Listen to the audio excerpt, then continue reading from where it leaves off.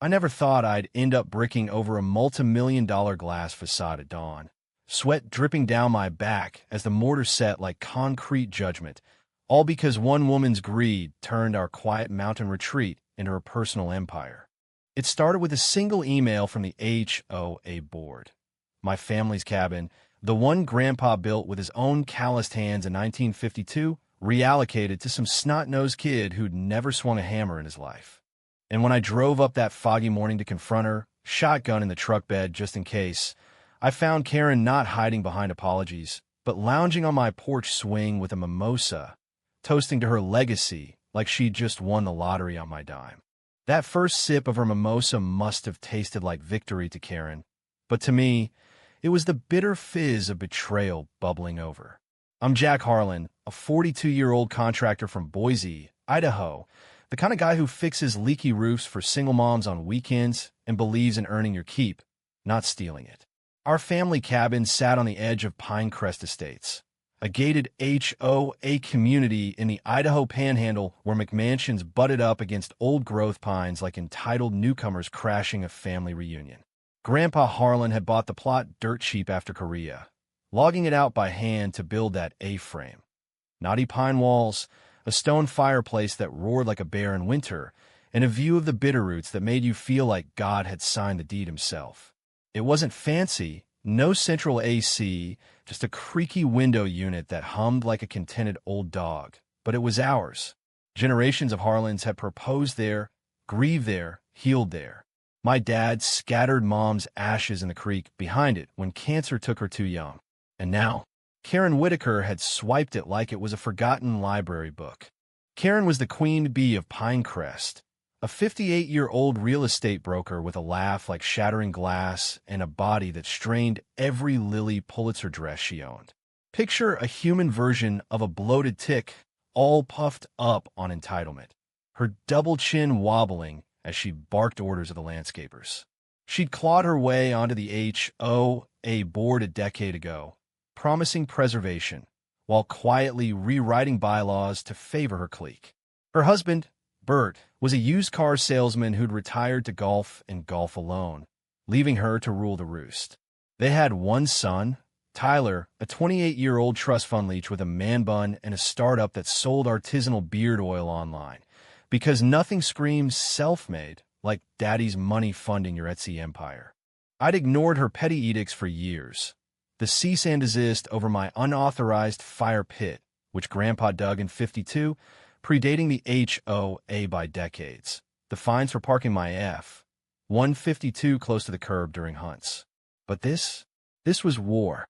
The email hit my inbox on a Tuesday, sandwiched between spam for erectile dysfunction pills and a reminder to renew my Costco membership. Property reallocation per bylaw 7.2, effective immediately. Attached was a scanned deed, forged signatures glaring like fresh blood, transferring the cabin to Tyler Whitaker as a gifted asset for entrepreneurial development. Entrepreneurial development? The kid planned to turn it into an influencer retreat for TikTok yoga gurus, complete with a she-shed hot tub that'd scar the hillside like acne on a prom date. I slammed my laptop shut so hard the coffee mug jumped, splashing black roast across my workbench. My crew, Rico, Jamal, and Skinny Pete from the res, looked up from framing a deck in my backyard shop. "Boss, you good?" Rico asked, wiping sawdust from his mustache. I wasn't good. I was seeing red, the kind that makes a man grab his keys and his pride. By noon, I was barreling up I-84 toward Pinecrest, the truck suspension groaning under the weight of tools I swore I'd never use on American soil. The cabin came into view around mile marker 47, mist clinging to the eaves like a bad memory. Karen's Cadillac Escalade was parked crooked across the gravel drive, its chrome bumper kissing the porch steps. And there she was, sprawled on the swing I'd restored last summer, legs splayed like she owned the damn thing, which, according to that email, she kinda did. A crystal flute of orange juice and champagne caught the sun, bubbles dancing mockingly. She wore oversized sunglasses, her floral muumuu hiked up to mid-thigh, exposing varicose veins like twisted lightning on pale skin. "Jackie boy, she trilled as I killed the engine, her voice all honeyed venom. "Fancy seeing you here. Come for the handover." I stepped out, boots crunching gravel, heart pounding like a jackhammer. "Karen, what the hell is this?" I thrust my phone at her. The email zoomed in on the fake signatures, mine and Dad's, scrawled in some intern's chicken scratch. She didn't even glance at it, just took a slow sip, smacking her lips. "Oh, that old thing? Board vote last month. Unanimous. Your family's been delinquent on association dues since, well, forever. We exercised eminent domain for community enhancement. Tyler's got big plans. Eco-luxury vibes, you know? Attracts the right crowd. Delinquent? We'd paid every quarter, receipts stacked in shoebox at home. But Karen's board was her puppets.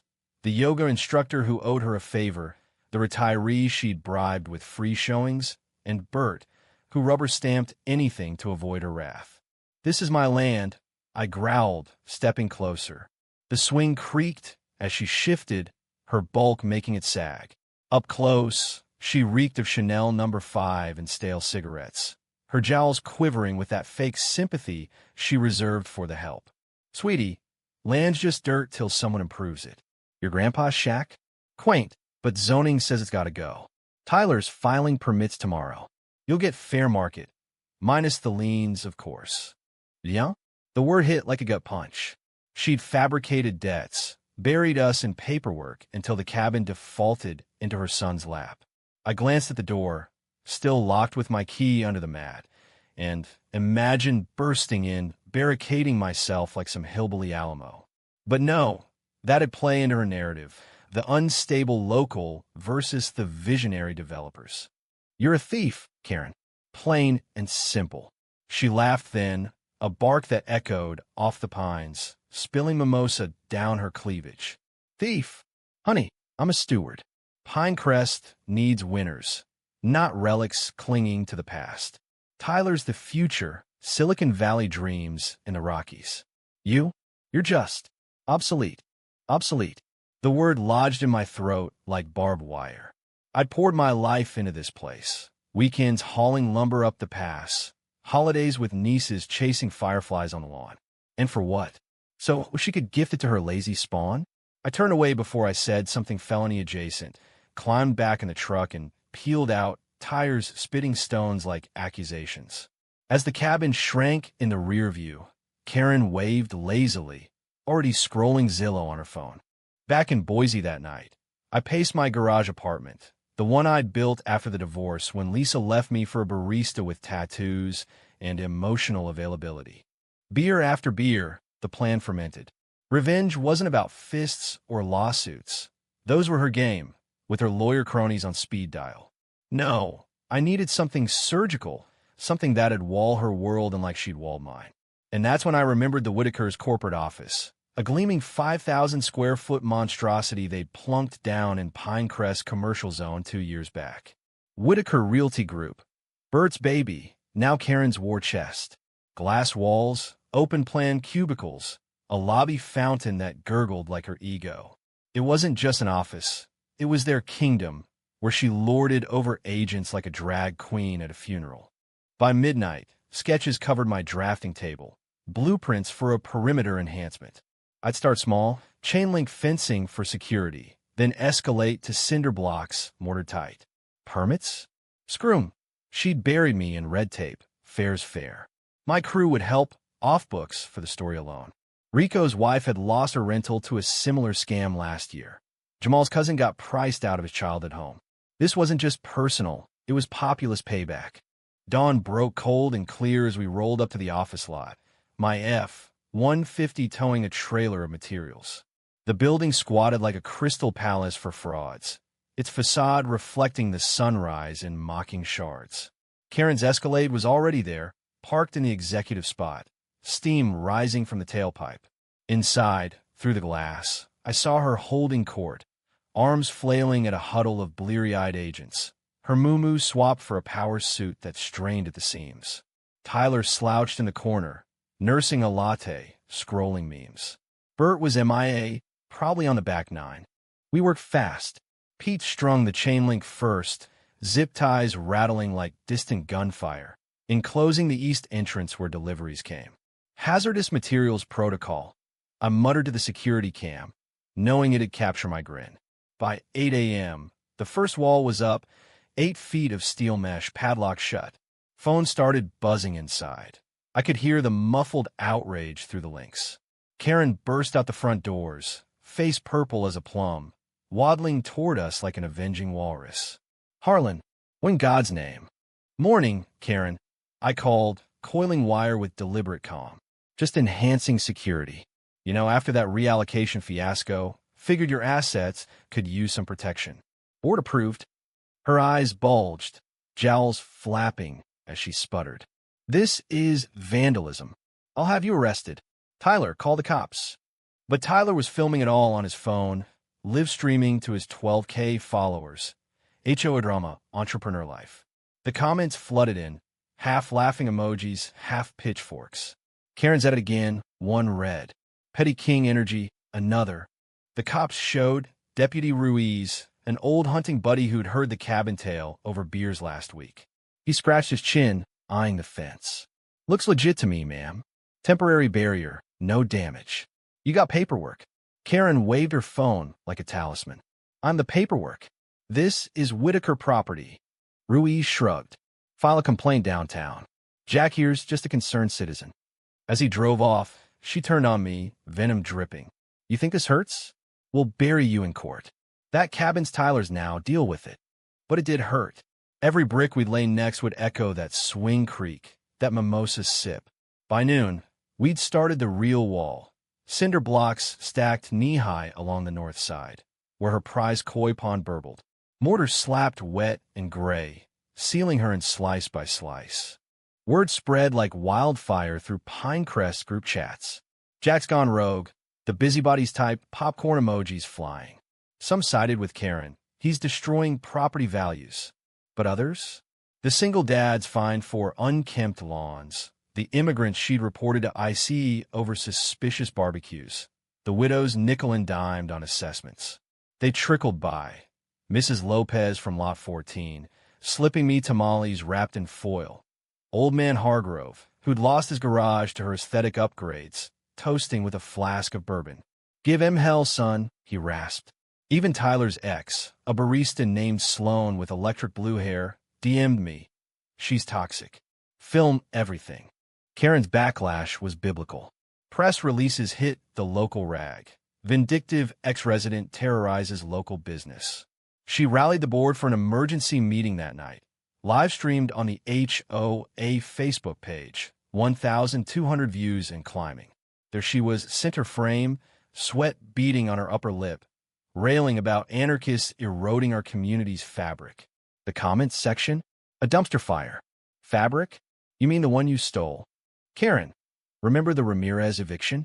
Karma's a bricklayer.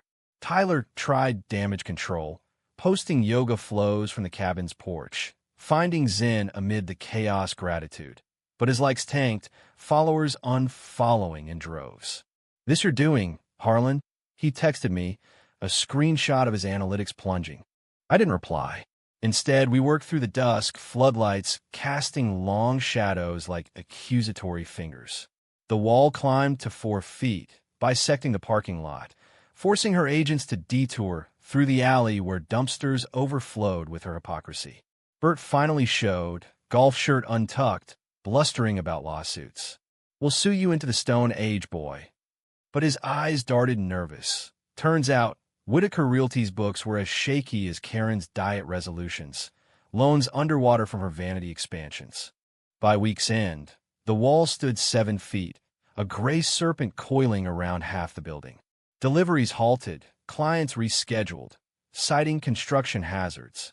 Karen's rants escalated, voicemails left on my cell, each more unhinged. You're ruining lives, you redneck psycho. My son has dreams. I'll make you beg. I saved them all, time-stamped evidence for the countersuit brewing with a pro bono attorney from Legal Aid, the one who'd handled the Ramirez case. But the real controversy ignited Friday night. Tyler, desperate for content, threw an exclusive tour party at the cabin. Influencers in Lululemon, posing with crystal pendants against a fireplace. He went live, transforming trauma into triumph. Cabin comeback. Views spiked to 50K, but so did the trolls. Someone, Rico, I suspect, leaked the forged deed to the stream chat. Stolen property alert, it read, with scans attached. The feed exploded. HO a heist, trending locally. Talking heads on KTVB, dissecting Karen's power grab. Protests popped up. Neighbors chaining themselves to the cabin's newel post, chanting Harlan's home. Karen cracked then. I saw it from afar. Binoculars trained on the office window where she paced, phone glued to her ear, gesticulating wildly at Bert. He threw up his hands, stormed out. Divorce papers served by courier the next morning, citing irreconcilable financial mismanagement. Tyler bailed too, fleeing to his girlfriend's in Seattle. Beard oil stock plummeting 40% overnight. The board dissolved amid resignations. Audits uncovering Karen's creative accounting. $200K siphoned into personal enhancements. Yet victory tasted like ash. I stood atop the half-finished wall that Sunday, surveying the siege. Her empire bricked in, agents fleeing like rats from a sinking yacht. But the cabin? Still legally hers, Tyler's name on the title. Untouched save for the yoga mats scarring the floors. My lawyer said appeals could take years, costs I'd never recoup. And me? Blacklisted from contracts in 3 counties. Whispers of that wall guy dogging every bid. Karen emerged at twilight, diminished somehow. Moo hanging loose, no mimosa in hand. She stopped at the wall's base, peering up through the rebar like a prisoner at bars. Jack, she croaked, voice stripped of venom. This has to stop. For the community. Community. The word hung there, absurd. I leaned down, shadow falling long. Your community, Karen? Or the one you gutted for your boy's dreams? Her eyes, magnified by tears, held no apology, just calculation. I'll sign it back. Quietly. No charges. Liar. By Monday, she lawyered up again, countersuing for emotional distress. But the wall held, a monument to her fall. As winter crept in, snow dusting the blocks like ironic frosting, I wondered if revenge was just another theft, stealing peace from both sides. The cabin called still, a ghost in the pines. And Karen? She withered, a cautionary tale whispered at block parties. The queen dethroned, walled off from her own greed. But damn if it didn't feel good for a minute. The gavel cracked like a rifle shot in that fluorescent-lit courtroom. But it was just the judge clearing his throat, adjourning for lunch while Karen's glare bored into my back like twin lasers. It was week 3 of the countersuit circus, and Boise's justice system moved slower than sap from a tapped pine. I'd shown up in my best flannel, ironed, even flanked by my legal aid shark, Ms. Elena Vasquez, a fireplug of a woman who'd once cross-examined a corrupt developer into a breakdown. She's bluffing, Elena whispered as we filed out. Her books are Swiss cheese. One more deposition, and she folds. Outside, the December chill nipped at my collar, the Wasatch Front inversion layered, trapping smog like unspoken grudges. Pinecrest was a 2-hour drive east, but the drama had metastasized to the capital, headlines in the Statesman blaring, HOA Holy War. Cabin clash escalates. Reporters swarmed the steps. Local stringers with flip phones and that hungry puppy look. Mr. Harlan, any comment on the wall's symbolism? One yipped. I waved him off, but Elena paused, flashing her best TV smile. My client is defending his property rights against systemic abuse. Next question. Click, click went the shutters, immortalizing Karen's entourage. Her new attorney, a slick weasel named Hargrove, no relation to old man, and a knot of blue hairs from the auxiliary board, clutching purses like shields. Back in the truck, radio tuned to KZFN's Talk Hour, I caught the tail end of caller rant. That Harlan fella's a hero. Karen's like her been fleecing us for years. Time for pitchforks. Laughter from the host, then ads for trucker mudflaps. It buoyed me that groundswell. Social media had turned the tide. Wall for Justice memes flooding TikTok, my wall rendered in Minecraft blocks, Karen as a pixelated boss fight. Even national pods picked it up. Petty Revenge Weekly dubbed me the Brick Avenger. Donations trickled in via GoFundMe. For $1,200 by New Year's, enough for Elena's gas and a new chainsaw, just in case. But the cabin haunted my dreams. Grandpa's axe scars on the beams, the way the floorboards sighed under bare feet.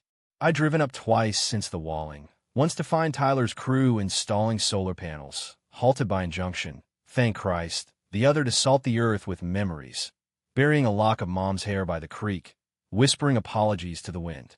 Karen's quiet offer? Bull. Her depo last week was a masterclass in deflection. I merely facilitated a transfer for the greater good. Mr. Harlan's aggression speaks volumes. Aggression. As if walling her Taj Mahal was on par with forging deeds. Rico met me at the shop that afternoon, his Tacoma loaded with rebar reinforcements. Boss, you see the news? Whitaker's office lease. Up for renewal. Landlord's balking cause of the optics. He grinned, teeth white against his salt and pepper stash. Jamal and Pete were already there, welding torches hissing blue flames.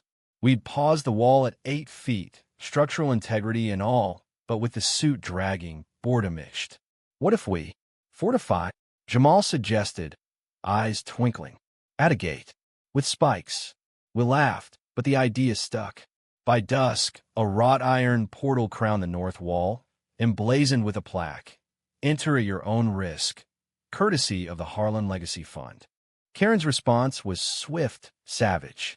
That night, a process server banged on my door at 10 p.m., papers summoning me for defamation and trespass. Attached exhibits, screenshots of my incendiary texts to neighbors, spread the word. Karen's a crook, plus affidavits from her agents claiming PTSD from the masonry. I forwarded it all to Elena, then cracked a PBR, toasting the absurdity. But sleep evaded.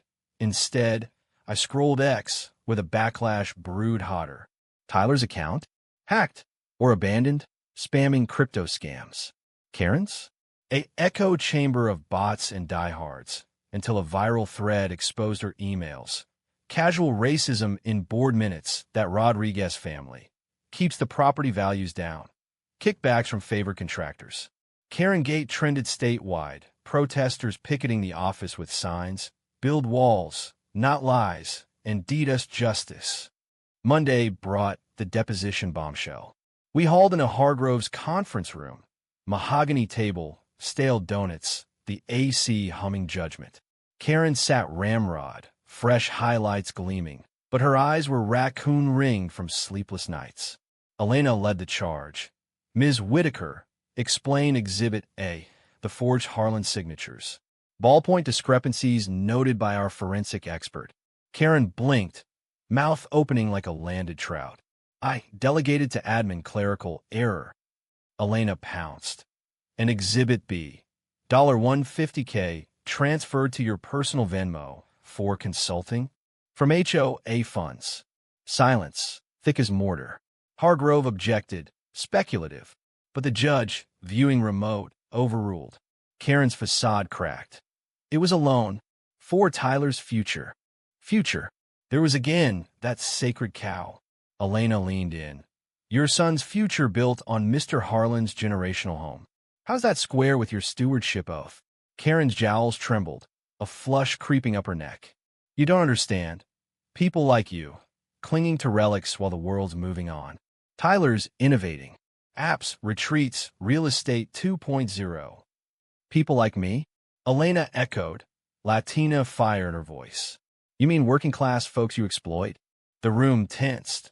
Hargrove called recess, but the damage was done. Leaks hit the wires by noon. HOA chair crumbles in sweltering depot. Racism allegations surface. The outrage crested like a flash flood. Protests swelled, 200 strong outside the office, chanting tear down the queen. A local blogger dug up dirt. Karen's first marriage ended in fraud charges, dropped, Natch, her yoga retreats at the cabin, code for pyramid scheme, MLM pitches. Bert filed for bankruptcy, liquidating his club membership to cover debts. Tyler? Radio silent, last pinged at a dispensary in Spokane, mumbling about rebranding as a victim. I didn't gloat, not publicly. Instead, we pushed the wall higher, crowning it with razor wire salvage from a demo site. Delivery trucks detoured permanently. Clients ghosted. Whitaker Realty hemorrhaged listings. Agents jumping ship to Century 21. Karen's final play? A midnight raid. Hired goons in high-vis vests, jackhammers whirring to breach the wall. But Ruiz was waiting, lights flashing, cuffs at the ready. Vandalism, ma'am. Your turn. She wailed as they zip-tied her wrists, moo-moo snagging on rebar. This is persecution. I'm the victim. Victim.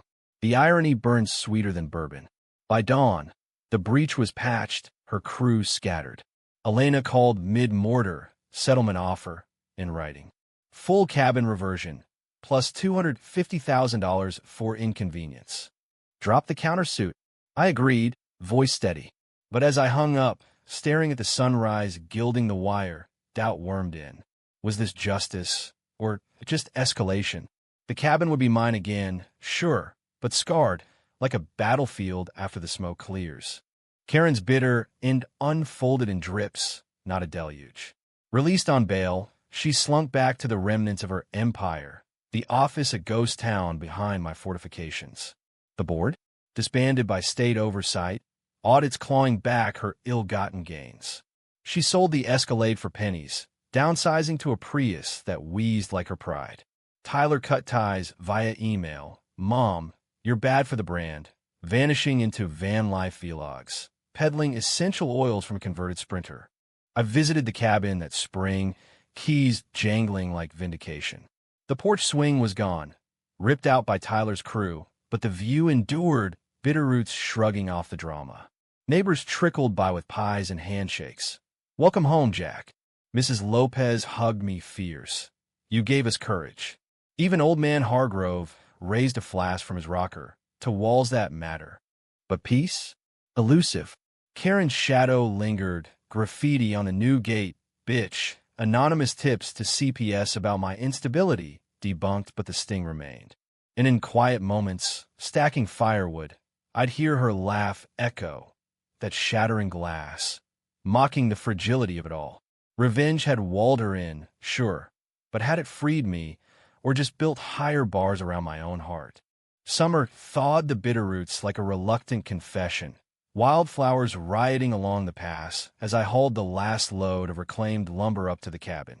It was June now, 6 months since the wall went up, for since Karen's empire crumbled like overbaked cornbread. The reversion deed sat framed on my mantle, brittle paper proving what blood and sweat had always known. This was Harlan ground. But restoration? That was a beast, gnawing at my savings and sanity. Tyler's enhancements had gutted the place. Avocado green counters ripped out, walls drywalled over Grandpa's ads marks. The creek choked with construction silt. My crew pitched in weekends. Rico cursing in Spanish at warped joists. Jamal engineering a septic upgrade that'd make the EPA weep tears of joy. Pete sketching murals of bristlecone sentinels on the bedroom planks. Word around Pinecrest had shifted from pitchforks to potlucks. The new HOA, democratically elected, bylaws gutted of Karen's poison, invited me to the board, half joking. Build us a wall? I declined, but showed for the community cleanup, hauling trash from the lots she'd let fester. Mrs. Lopez ran for president, winning in a landslide. Old man Hargrove became treasurer, his flask swapped for a calculator. Even Deputy Ruiz dropped by the site one evening, six-pack in hand.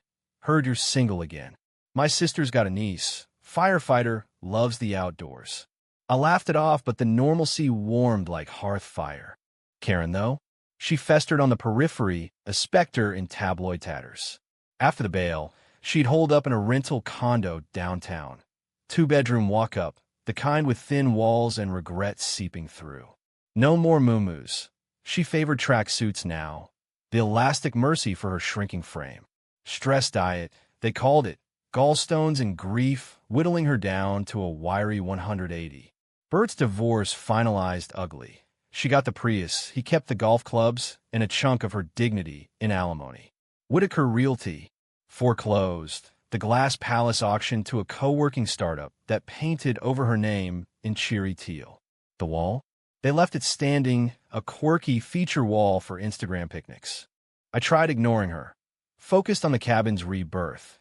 New shake roof gleaming under July sun, the fireplace repointed with local stone. But she wouldn't fade. First, the letters, scrawled missive shoved in my mailbox, postmarked from a P.O. box like some fugitive Valentine. Jack, you've destroyed everything. Tyler won't speak to me. Is this what you wanted? A broken woman? Elena advised a restraining order, but I filed them away instead, a paper trail of her unraveling. Then the drive-bys, her Prius idling at the pass's crest, binoculars glinting as she spied on progress.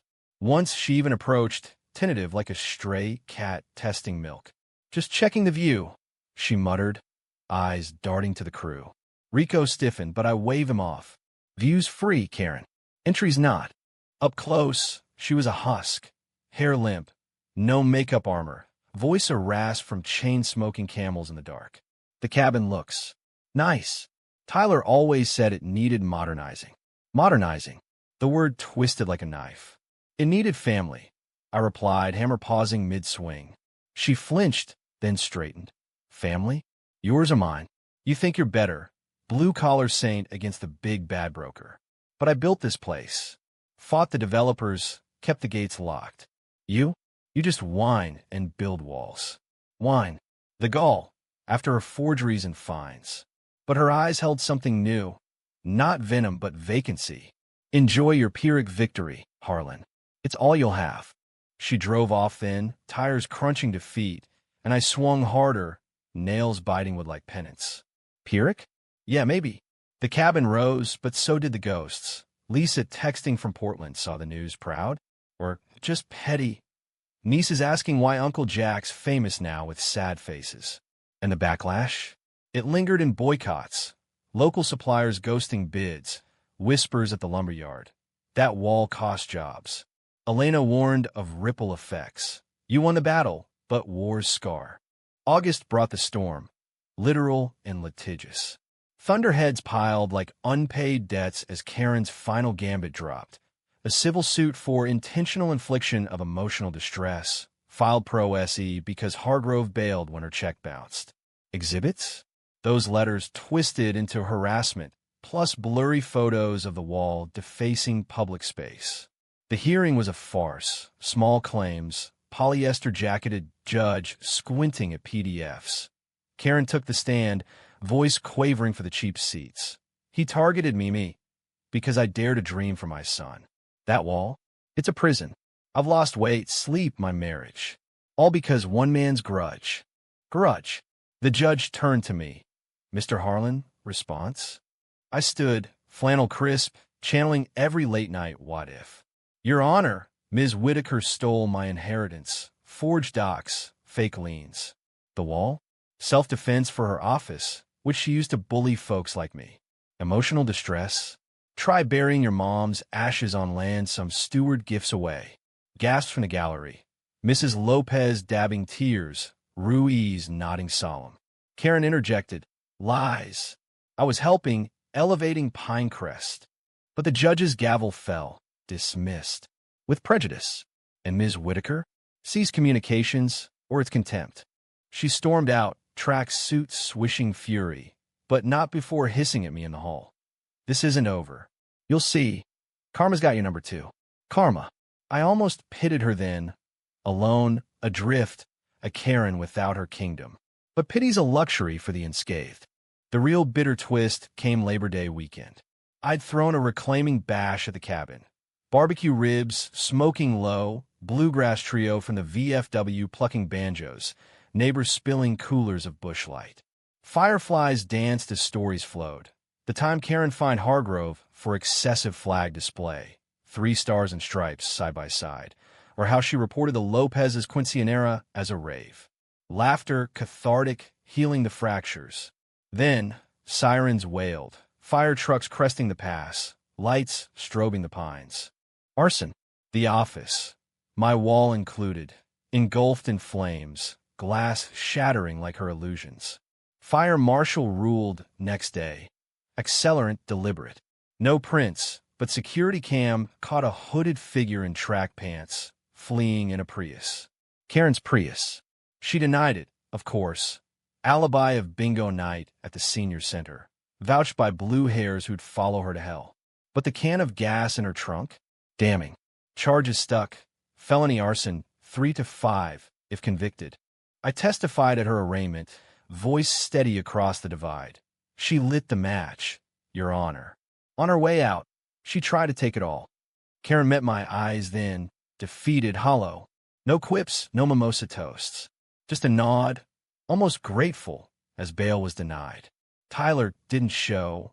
Bert sent flowers to the jail, thinking of you. The community? Split. Some decrying vigilante injustice, but most? Quiet vindication. Karen Burns had downtrended, podcasters dissecting her dissent. From H.O., a tyrant, to Hot Mess Express. As fall gilded the aspens, I finished the cabin. Wraparound deck, solar vents humming soft, a brass plaque by the door. Harlan Strong since '52. The wall? Dismantled by the co-working kids. Bricks repurposed for a community garden. Raised beds bursting with tomatoes. A metaphor Elena called poetic as hell. I dated Ruiz's niece a few times. Fiery redhead named Callie, who laughed at my scars and shared my love for fly fishing. Life normalized, scars fading to stories. But the bitter end? It wasn't Karen's cell time. That was justice's nod. It was the what-ifs that lingered, cold as mountain fog. What if I'd sued first, not Walt? What if her greed hadn't hooked my rage? Revenge had gifted the cabin back, sure, but the cost of innocence, the wide-eyed trust in neighbors, the belief that words could fix what forgeries broke. Karen rotted in county, appealing endlessly, her son shipping beard oil from afar. Empire, ashes scattered. Me? I sat on the porch swing, new one, oak and sturdy, sipping black coffee, watching the bitter roots bruise purple at dusk. The view endured, unyielding. But some walls I learned you build inside. And tearing those down? That's the revenge that sticks. October's frost etched the cabin windows like lace apologies, the kind you trace with a finger before wiping clean. It was a year to the day since the email, and Pinecrest had molted its skin. New signs at the gates. Welcome, homeowners. Your voice matters. Community solar array glinting on the common green. Mrs. Lopez's victory garden yielding pumpkins fat as grudges. I'd hired on with a firm in Coeur d'Alene. Sustainable builds, irony not lost. Commuting weekends to the cabin, where Callie and I pieced a life from the ruins. She was fire to my steady burn. Red curls wild in the wind, stories of blazes tamed that mirrored my own. You didn't start that wall, she'd say, handing me a beer by the fire. She did. Her choices lit the fuse. Karen's trial dominated the docket that fall, a spectacle Boise hadn't seen since the malicious standoffs of the 90s. Court TV picked it up, dubbing it the brick and the burn. Gallery packed. Neighbors in Carhartts and pearls, reporters with man buns, live tweeting every objection. I testified again, cross-exam under a greenhorn DA who'd binge-watched too much Law and Order. Mr. Harlan, isn't it true your wall provoked Ms. Whitaker's instability? I leaned into the mic, voice gravel from disuse. Provoked? She provoked a war, stole my birthright for her boy's vanity project. The wall was consequence, not cause. Sustained. Karen, an orange jumpsuit that clashed with her pallor, scribbled furious notes. Her public defender, a weary public servant named Kowalski, who'd seen too many lost causes. The evidence mounted like snowdrifts. Gas receipts time-stamped pre-dawn. Prius tire treads matching the lot's gravel. Her own jailhouse letters confessing, I just wanted to end it. Make him feel the burn. Burn. The pun wrote itself in headlines. Tyler flew in for the defense. Man bun shorn to a buzz, suit ill-fitting as his remorse. Mom stressed, okay? The cabin thing broke her. Our family. Our family. He avoided my gaze, but I caught the flinch when Elena replayed his deposition. Yeah, she handled the paperwork. I didn't ask details. Details like forgery. The jury, a cross-section of Idaho grit, truckers, teachers, a barista with Lisa vibes, deliberated 2 days. Verdict, Guilty. Arson with intent. Sentence. For years. Parole after 2. Restitution to the co-working collective. She didn't cry at sentencing. Stoic, almost jowls set like granite. But as the bailiff let her out, she twisted for one last look. Not at the judge, not Tyler, who'd already bolted for his flight, but me. Harlan, she mouthed, lips bloodless. You won. Won. The word hung, hollow as an empty lot. Reporters mobbed me post-hearing. Thoughts on closure? But I shrugged past, into Callie's truck, where she waited with thermos coffee and zero judgment. It's over, she said, squeezing my knee. Over? The cabin was mine, sure, deed ironclad, solar panels humming. But closure? That a fairy tale for folks without scars. Winter hit hard that year, blizzards burying the pass, forcing me cabin-bound with books and blueprints. Callie joined for stretches, her shifts flexing around storms, us snowed in with chili and cribbage. We talked revenge's aftertaste, how the wall had bonded the neighborhood but frayed my edges, how Karen's fall exposed the rot in all HOAs. Not just hers, but the system that breeds Karens like weeds in cracked concrete. You humanized the fight, Callie said one night, cards fanned like accusations. Not just bricks, people power. People. Yeah, the GoFundMe had swelled to $15K, funding legal clinics for eviction victims, a scholarship for Pete's kid at Boise State. Spring unearthed the bitter core, though. Tyler resurfaced. Email, subject, truce. He'd pivoted to nonprofit work, some ecopod in Montana, beard oil proceeds seeded into affordable housing initiatives. Hypocrite's halo. Mom's appeals pending, he wrote. She's changed. Therapy in lockup. Says sorry for the cabin, the pressure. Can we talk? Buy you coffee? Sorry. The words slithered like smoke. I deleted it, but Callie found the draft reply in my trash. Tell her the cabin's healing. Wish you the same. Sent or not. It stuck, half olive branch, half scar tissue. Karen's appeal crashed in June, upheld by a panel of no-nonsense feds. She wrote from Chowchilla, penitentiary for women, California sun mocking her pallor. Letters forwarded via Elena. Jack, they say I'm a cautionary tale. Maybe I am. But you? You're the mirror I couldn't face. Build something good there. For all of us. Us. The audacity, even humbled. I burned them in the fireplace. Ashes swirling up the flue like exorcism. By July 4th, the cabin hosted its first Harlan blowout since the heist. Fireworks legal now. Bylaws amended. Neighbors spilling onto the new deck. Ribs sizzling, stars popping overhead. Mrs. Lopez danced with Ruiz. Hargrove regaling tales of the old witch. Pete's kid launching bottle rockets with precision. Callie and I slipped away mid-fest, hiking the creek trail, fireflies winking conspirators. Regrets? She asked, hand warm in mine. I paused, bitterroot silhouetted black against the Milky Way. 1. Wasting hate on her. Should have trusted the long game. She nodded. Long game's us. This. The bitter end for Karen? Not bars or bankruptcy. That was logistics. It was irrelevance. The slow fade of a spotlight hog into footnotes. Released early for good behavior in 27, she vanished to Reno, waitressing at a casino buffet, tracksuit swapped for an apron, tips meager as her myths. Tyler visited sporadic, their coffees laced with therapy speak. No empire, no son's dreams on her dime. Just quiet, the kind that echoes loudest. For me, the cabin thrived. Addition sketched for a family someday. Walls not of cinder, but cedar, open to the wind. Revenge had walled off her world, sure, but cracked mine open. To community, to Callie, to the truth that some thefts forge stronger claims. As fireworks bloomed distant, I pulled her close, the view stretching endless. Grandpa would have grinned. Boy, you didn't just win the land. You claimed the story. And in America's heartland, where grudges grow tall as corn, but forgiveness roots deeper, that was victory enough.